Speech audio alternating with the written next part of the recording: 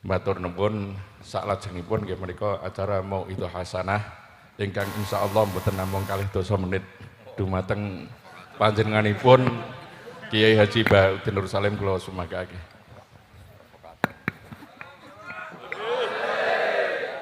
Assalamualaikum warahmatullahi wabarakatuh.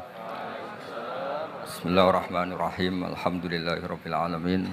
Wassalatu wassalamu ala asyrofil mursalin sayyidina Maulana Muhammadin wa ala alihi washabihi ajmain. Amma ba'du. Sederenge kula takzim teng para sing rawuh. Dongaaken Sayyid Muhammad ikhlas, muridé mau cerita sangu mbek rabi. Wis dongakno Sayyid Muhammad legowo di murid sing cerita rabi mbek sangu mbek nyindir Gus Raub. Ingkang kula hormati niki wonten Gus Raub, wonten Habib Husain, Habib Syekh Abud, wonten Habib Soleh Al-Kafs dan ingkang kula hormati. Kula berpikir begini nggih. Kula ikrar nggih. Kula tak sering bahasa Indonesia mawon. Kula seikrar-ikrarnya yang diceritakan para saksi tadi, murid-murid beliau adalah benar. Sebab itu kula ikut bersaksi yang membela jenengan sehingga menangi Sayyid Muhammad, ya ora duwe wajah ganteng kok Sayyid Muhammad. Tapi banggalah nanti mau jenengan mlebu swarga dimodifikasi, pun ganteng kowe. Oke, wonten cerita ngeten Habib Husain, wonten orang tanya, Gus kenapa Nabi itu kok ganteng, wali kok ganteng? Sing jawab ya lucu. Kok Nabi mesti mlebu swarga, dadi ngrubahi ra akeh-akeh. Jadi mulane sing rapati ganteng kudu ngibadahe sing tenanan karena mlebokno swarga wong ra ganteng butuh ekstra salon malaikat. Nah niku. Begini Pak Hasan, ini tonggo kula sering ngaji teng Bojonegoro, terus piyambake nggih sakjane ra di rival kalian kula. Begini Pak Hasan, tadi kata Mas Lutfi itu pengganti dari nama sinten Hisam nggih. Syihab. Itu begini nggih. Ada cerita dan ini semua yang tidak menangi Sayyid Muhammad kedah seneng. Karena hadhil millah atau hadatin ini milik yang menyaksikan Rasulullah SAW juga yang tidak menyaksikan. Ini pokoknya kalau bela mayoritas, secara pemilu mesti menang kula karena ini mayoritas. Rasulullah itu begitu mencintai dan begitu rindu sama ikhwani. Mereka kata sahabat, saya ini ikhwanu kayak Rasulullah. Enggak, antum ashabi, kamu itu sahabat saya. Ikhwani adalah man amanabi walam yaroni. Mereka iman sama saya padahal tidak ngerti. Itu hebat luar biasa. Wong tidak ngerti kok iman. Wong ra tau disangoni Sayyid Muhammad kok seneng. Loh, itu hebat. Lah sing biasa disangoni untuk bojo kan seneng wajar. Nggih, setuju nggih? Mboten niki kan argumentasi ilmiah. Saya ini lho niki seksine Gus Rob, saya ini diantara muridnya Mbah Mun yang kompetitor ilmiahnya baik, termasuk kategori A. Kategori A. Masalah ilmiah loh, nah, masalah ubudiyah kalau biasa. Tapi biasa saya itu berkah. Nabi itu nggak pernah negur orang yang ibadahnya biasa-biasa saja. Yang ditegur adalah yang ibadahnya berlebihan, yaitu Abdullah bin Amr bin As. Ngertos sampai? Yang ditegur sama yang nggak ditegur itu baik mana? Yang nggak ditegur. Nabi itu tidak pernah negur orang yang ngimami pakai kulhu, tapi pakai Baqarah ditegur. Soalnya aku lagi partai kaum duafa nih, mana suara satu lebih nanti, tapi ini hak nih.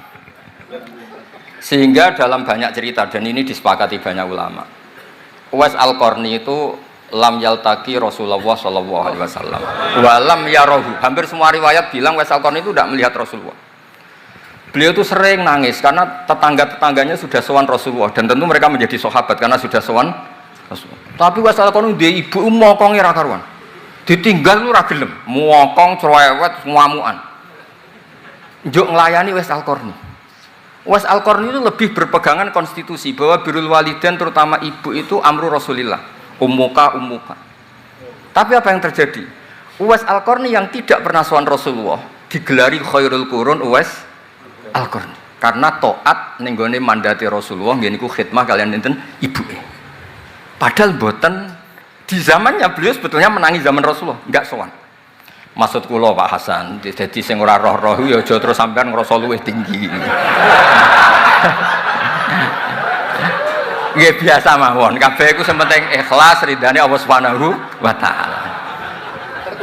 Nah niki terus mboten iki masalah konstitusi, soal masalah al-kutub al-muallafah. Saya ini tadi kata Gus Raum, saya itu orang mungkin yang tidak mulazim ke Sayyid Muhammad, tapi kata tadi Mas Lutfi, kalau sanad ke Sayyid Alawi saya tentu lewat Mbah Mun. Mbah Mun itu teman akrabnya bapak saya. Dulu ketika beliau mondok di Mekah itu yang nganter mbah kandung saya, namanya Mbah Sidik. Jadi keluarga saya ya pokoknya muamalah terus musohabah semuanya sama keluarganya Gus Raub itu minal ajdad. Ya sampai kadang beda pilihan presiden. Tapi tetap rukun. Karena nganggap itu urusan akidah lagi biasa mawon apa biasa. Begini, niki rungokno tenan ya. Saya entah berapa kali sampai lupa nyetak kitab, tapi bukan nyetak komersial. Sama lagi bukan komersial. Jadi ini nggak perlu menyinggung siapapun, nggak komersial. Al-Hajju Fadha'il wa Ahkam itu saya nyetak entah berapa kali. Dan semua yang saya kasih Gus Rob itu mesti terus minta dibacakan. Kenapa? Karena semua fikih di Indonesia itu pasti bilang ar-ramyu itu ba'das zawal. Semua takrib mu'in i'ana semuanya pasti ar-ramyu itu ba'das zawal. Kunna natahayyanu fa idza zalati syamsu romaina. Kita ini nunggu zawalu syamsi baru romaina. Ya ramyu yaumil hadi asyar. Ketika ada peristiwa muassim, terowongan Mina, karena jutaan orang ke titik yang sama di jam yang sama. Sama lagi jutaan orang ke titik yang sama di jam yang akhirnya Sayyid Muhammad memberanikan diri fatwa secara terbuka bahwa boleh romyu qoblas zawal. Mereka mesti komplain, iki kitab apa? Sampai komplain, saya bilang ini yang ngarang putune Kanjeng Nabi. Kabeh bantah. Terus tak dudono takbir dan beliau cara ngendikan masuk akal. Ya niki sing sering haji napa mari sakniki haji ya wonten sing bisnis bareng. Pokoke sing haji lah niki cerita. Sing haji, sing bisnis haji tenan pokoke haji. Sebetulnya dalam romyu itu kan boleh nafar awal, berarti selesai tanggal 12, bisa nafar sani sampai tanggal 13. Terus kata Sayyid Muhammad, jika bisa iskotur romyu yauma salisa asar bil kulliyah, bisa menggugurkan romyu tanggal 13 bil kulliyah. Fali ayyajuzat takdim min babi aula, apalagi ini sekedar takdimul waktu. Dan beliau bilang di kitab Al-Hajju Fadha'il wa Ahkam, dan tidak yusamma mukhalafatan. Kenapa ada mukhalafah? Itla ilzama fihi bitasrah, karena Rasulullah tidak mengendikan bahwa ini harus begini. Itu hanya fi'lu. Fi'lu bisa ya dulu alal jawaz, bisa alal aulawiyah, nggak ada jaminan kalau itu syarat apa? Sah. Terus akhirnya orang tuh ayam semua, tenang semua. Berdasar fatwa Sayyid Muhammad yang kita sosialisasikan. Saya baca itu berkali-kali. Jadi saya cerita, jadi ini benar-benar cerita naskahnya Sayyid Muhammad. Orang cerita sangu. Terus kedua tawaful haid. Saya Gus sering ketemu orang-orang yang nekuni medis. Gus kalau kita pakai obat itu kadang masalah, ada efek samping gini-gini. Padahal kalau kita nunggu suci kayak cerita Sayyidah Aisyah, Rasulullah itu pimpinan. Mereka pasti ikhlas disuruh nunggu Sayyidah Aisyah sampai suci kemudian tawaf ifadah. Tapi ini kan kita orang kebanyakan. Hotelnya kalau lama-lama ya kita tidak kuat bayar, kena komplain. Pesawatnya juga gitu, kalau lama-lama juga kena komplain, tidak bisa pulang kan. Dan itu kata Sayyid Muhammad sederhana ngertikan. Beliau menyarankan tawaful haid itu intikal madhab saja, atau tidak usah intikal. Kalau mendekati waktunya habis langsung tawaf, tapi nunggu waktunya mepet. Karena dengan mepet berarti statusnya darurat. Apa statusnya? Darurat. Terus kata beliau dengan entengnya ngendikan di mana-mana yang namanya wajib atau syarat sah itu ya ma'al kudroh. Ini tidak kudroh berarti syarat itu hilang. Di mana-mana syarat menjadi syarat ya kalau kudroh. Ini tidak kudroh ya berarti syarat itu hilang. Sehingga terus kita nyaman tawaful haid. Itu di kitab Al-Hajju Fadha'il Ahkam. Bisa dicek Pak Hasan halaman 115 itu. Ini bukan cerita Malaysia, cerita tek. Jadi buat ini serius. Karena tadi kan orang-orang bisa guyon cerita nikah, berarti Anda tukang nikah. Nah kalau sekarang guyon karena ilmu, berarti Anda mubarak betul. Cerita nikah ya iso guyu, cerita ilmu iso guyu, berarti waras sampean. Ternyata bisa senang dengan ilmu, bisa senang. Hanya relax saja. Saya baca kitab beliau yang khataman, ini Gus Rauf saksinya. Saya baca Qawaid Asasiyah itu pasanan khatam tahun 39. Terus poso ini kemarin 45 ini saya juga khatam baca Qawaid Asasiyah. Dulu itu karangan Sayyid Alawi namanya Zubdatul Itqan. Di era Sayyid Muhammad disebut Al-Qawaid Al-Asasiyah fi Ulumil Quran. Saya ngajar di Sarang ya kitab itu di pondoknya Gus Zufur.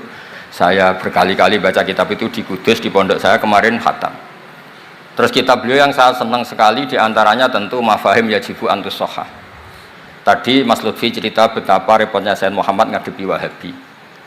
Tapi di Indonesia saya sering cerita ke mereka, bahkan sebagian yang berfaham itu di kota banyak yang menjadi minna.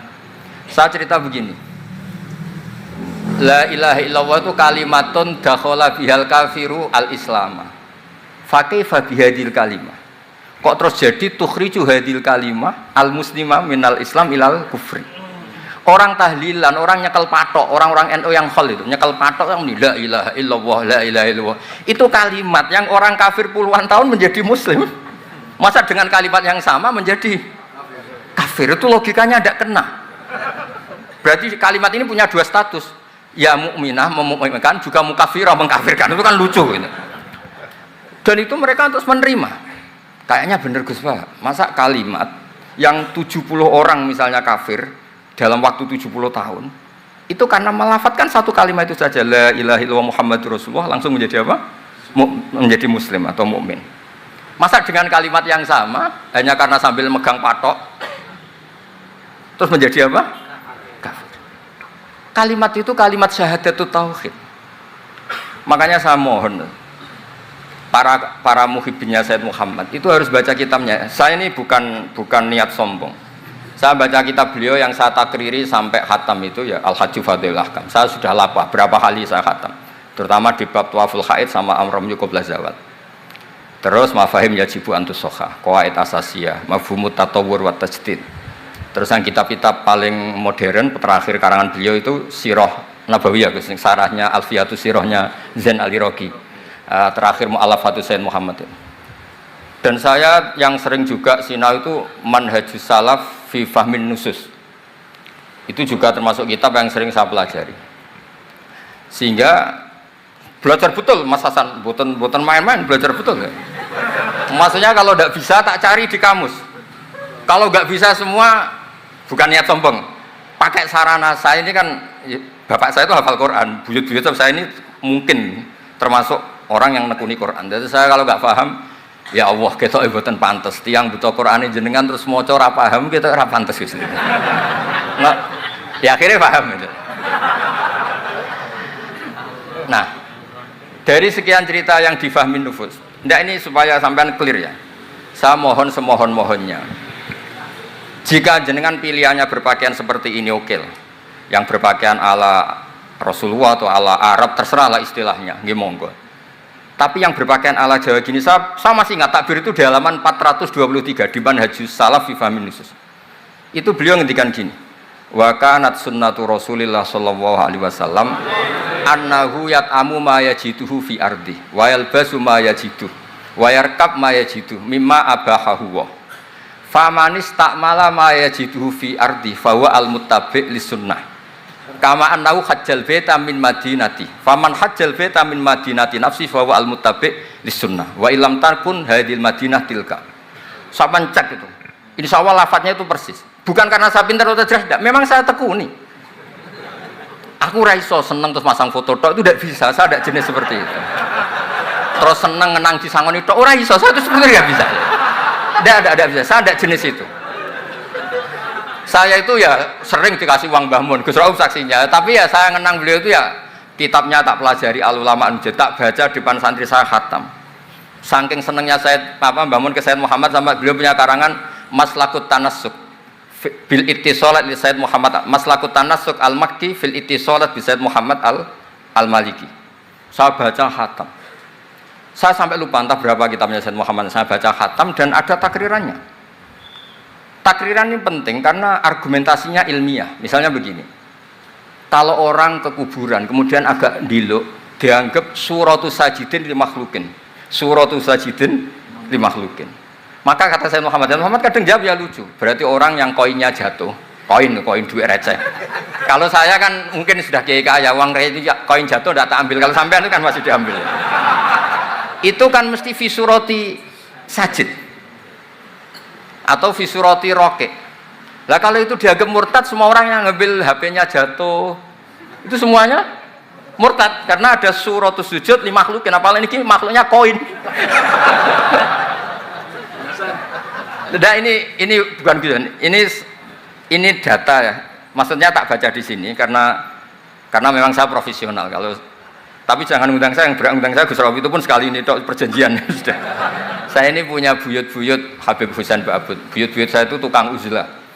Jadi saya termasuk kiai yang nggak suka diundang. Paling saya hanya ke Pasuruan karena Kiai Hamid Pasuruan itu sepupunya mbak saya. Ke Gus Raub karena putranya guru saya.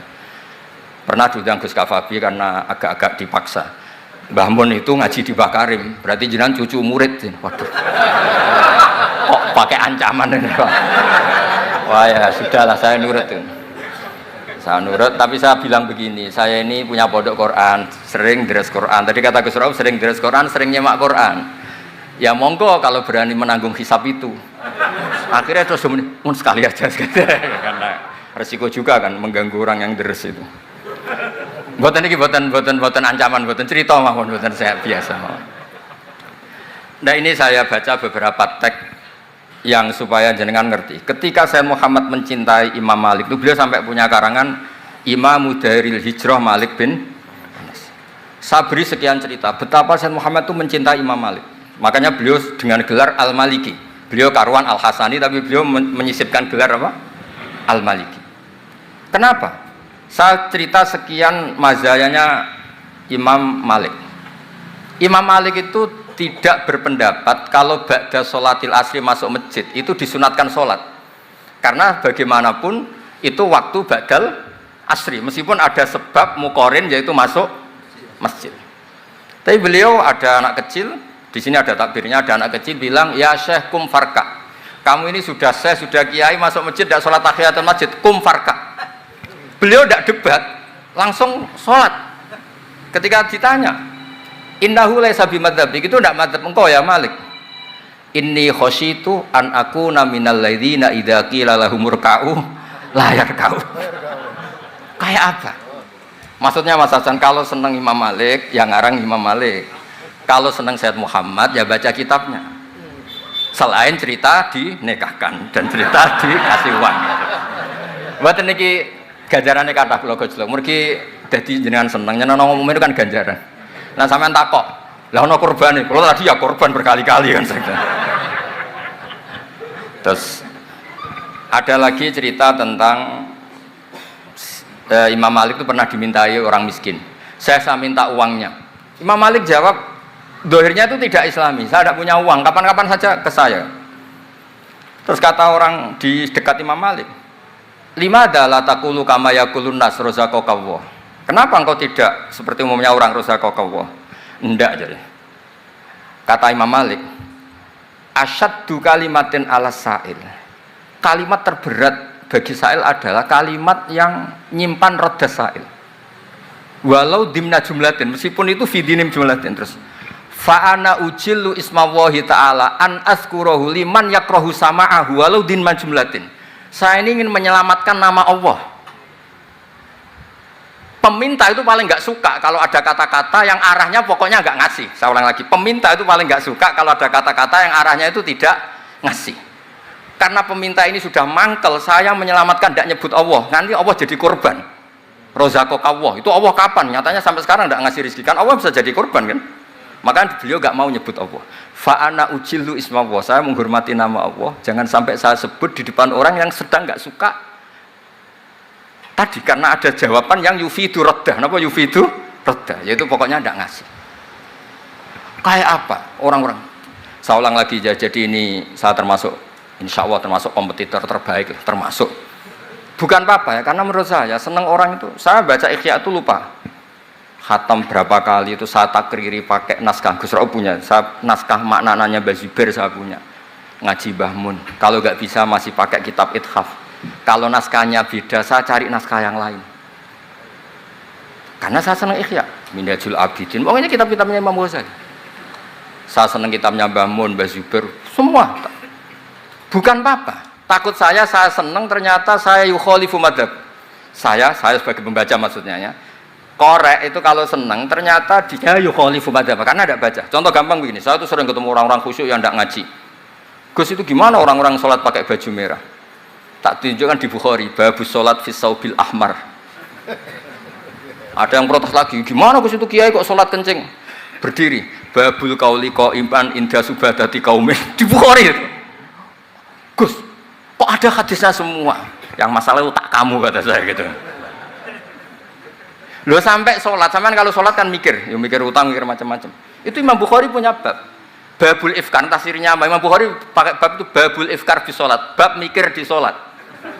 Itu dalilnya lucu Bebusen. Kanjeng Nabi ku sholat terus salam ke susu. Ditanya kenapa ke susu? Saya ingat ada dinar di rumah yang belum saya bagi. Berarti ingatnya kan pas sholat. Sampai ya bedanya Nabi ilingnya barang apik sama orang, tapi kan podo lah dalam bab. Jadi kalau suwon kitab-kitab Sayyid Muhammad yang jadi makhrajan hasanan lihadil ummah itu harus kita bela mati-matian. Misalnya begini, Ataqah Somadiyah, mungkin di Jawa Timur disebut Ataqah Kubra, yang baca kulhu beberapa kali, yang katanya bapaknya terus masuk surga itu.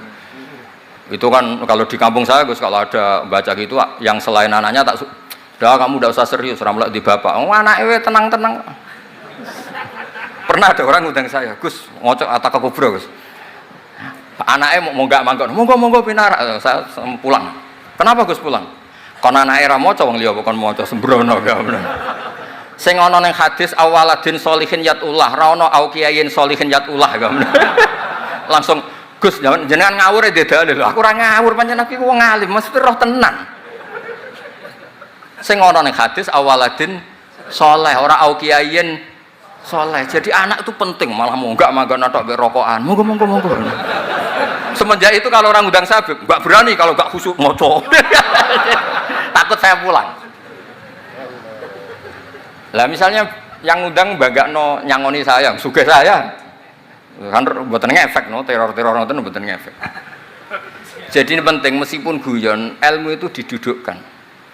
Sayyid Muhammad ngendikan, hadis-hadis tentang jumlah kul huwallahu ahad semuanya itu dhaif. Saya pernah ngaji itu di Kudus cerita gini, alhamdulillah kok dhaif. Hadis tentang jumlah la ilaha illallah yang banyak itu alhamdulillah juga dhaif. Karena kalau itu syarat sahnya harus banyak, berarti begini, mangqala la ilaha illallah mi'ata marrah lagi dakhalal jannah. Berhubung enggak ada jumlah mi'ata marrah, satu pun sudah dakhalal jannah. Kul huwallahu ahad juga sama, di riwayat Bukhari jelas. Ada orang kalau ngimami baca kulhu ditanya, kenapa engkau baca kulhu?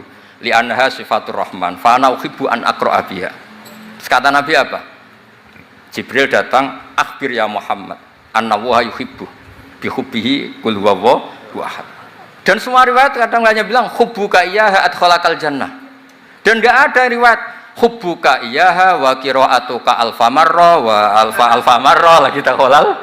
Kalau ada riwayat itu innalillahi wa inna ilaihi raji'un. Kita punya masalah besar karena kita nggak kuat baca lama-lama itu udah kuat. Artinya gini, kita harus menjadikan kitabnya Sayyid Muhammad ketika menvonis hadis-hadis yang jumlahnya besar tadi. La ilaha illallah jumlah. Loh, soal kamu lakukan tetap baik, kita sepakat itu baik. Tapi jangan jadi aturan hukum. Saya ulang lagi, baca banyak tentu tetap baik, tapi jangan menjadi aturan. Kalau jadi aturan hukum berarti gini. Dakhalal kafiru fil Islam in qara'a la ilaha illallah alfa marrah mi'ata marrah. Itu yang mengislamkan di masjid capek itu. Karena nunggu alfa marrah. Jadi mohon karena agama ini yuridu wa bikumul yusra, agama ini Allah inginnya itu mudah. Bu istu bil hanifiyatis samha, semuanya itu mudah. Tapi jangan tahawun ya. Jadi kalau suwon tadi alhamdulillah sudah diduga saya 20 menit karena memang saya ini tidak bisa pidato. Saya kalau ngaji di rumah ini Gus Rauf saksinya. Saya ngaji biasa 4 jam, 3 jam biasa ngaji. Ngaji ada kitabnya saya baca Jalalain, pikirnya ada Sofi, ada Futuhat Ilahiyah, kadang ada Tobari, itu kuat. Kenapa saya kuat 3 jam kalau ngaji? Saya ini pecinta umatnya Rasulullah SAW. Umat itu tidak boleh hanya mendengar kata-kata seorang bahak, enggak boleh. Harus mendengar kaifa qala Tobari, wa kaifa qala Al-Baidawi, wa kaifa qala Shahibus Shafi, wa kaifa qala Imamun Syafi'i. Saking hormat saya. Cuma saya nyampaikan pancen rileks guyon, karena itu wasiatnya bapak. Hak kena ngaji guyon, nah, iku wong bingung kabeh sing ngaji-ngaji. Jadi, nggih ngoten mawon. Assalamualaikum warahmatullahi wabarakatuh. Di menit